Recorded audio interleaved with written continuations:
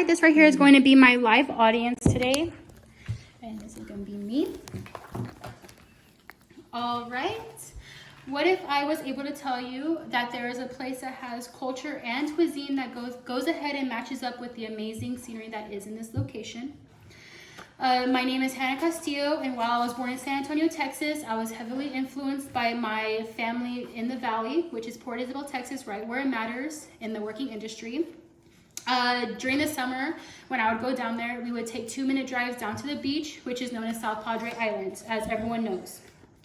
This location is known for their concerts, their beachside attractions, their fresh cuisine that comes straight off the boat, and family events. Now, I'm going to go ahead and start off with the history of Port Isabel. Now, Port Isabel was founded on March 23rd, 1928, with only about 200 people living in this area. Now, a lot of people think that 200 people is not a lot, it is not a lot, which goes ahead and shows that this area was definitely brand new when people started coming here. Now, when they started coming here, they started using all of their natural resources, such as the ocean, again, the lands that they used to build crops on and everything like that. However, the original people that lived in this area were Native Americans and mostly wildlife.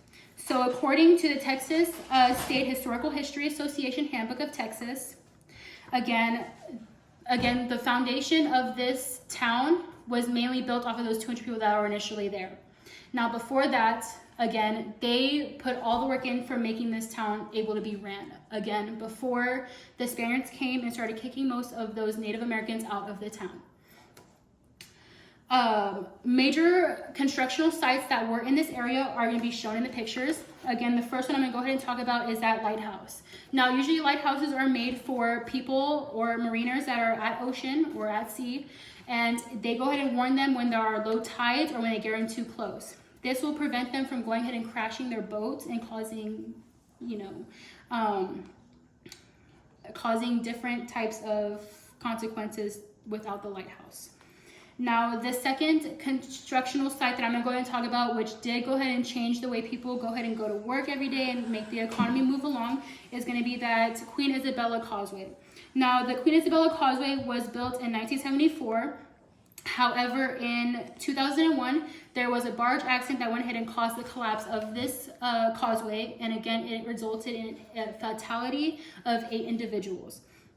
Now, this causeway went ahead and was rebuilt and allowed people to go ahead and save more time, which was efficient for getting them to and from the town to the island to go ahead and go to work, such as like hotels, fishing, and the amusement parks and attractions that they go ahead and offer.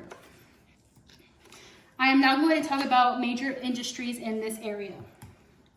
The first major industry I'm going to go ahead and talk about is going to be a food accommodation. Now, food accommodation is going to be hotels going ahead and preparing foods and items for guests that go ahead and travel to this area and use it as a tourist location.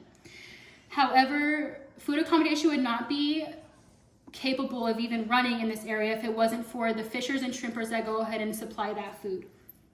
Again, this falls under that topic just because shrimping and fishing are going to be one of the major things that go ahead and keep money in that economy stable.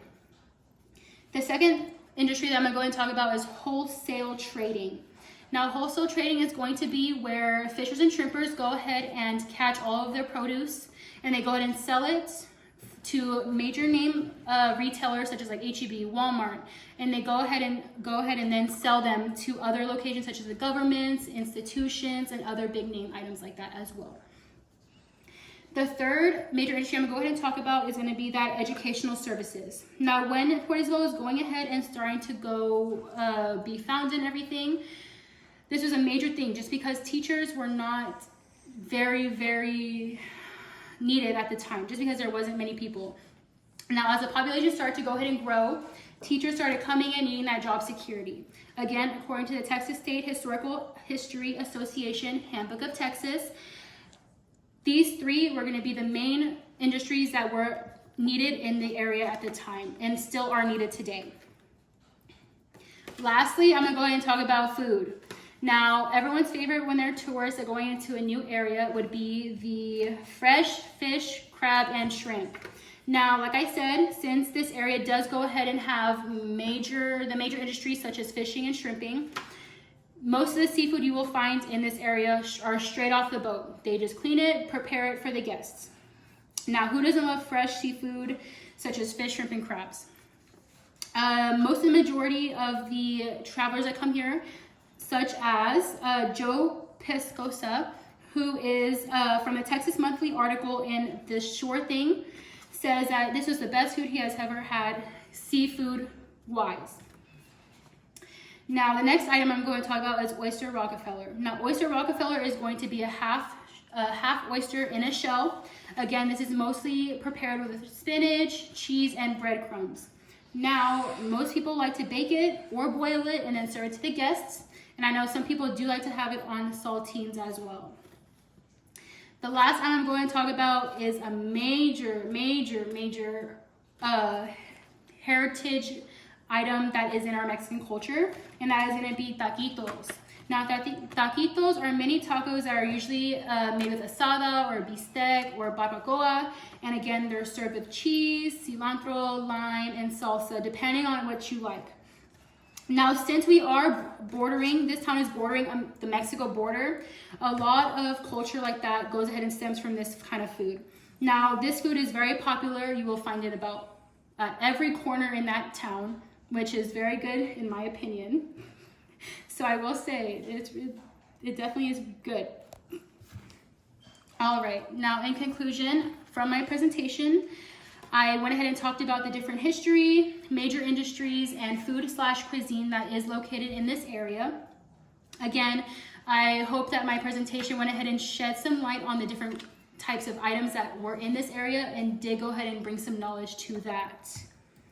And then I thank you for being here and listening to my presentation.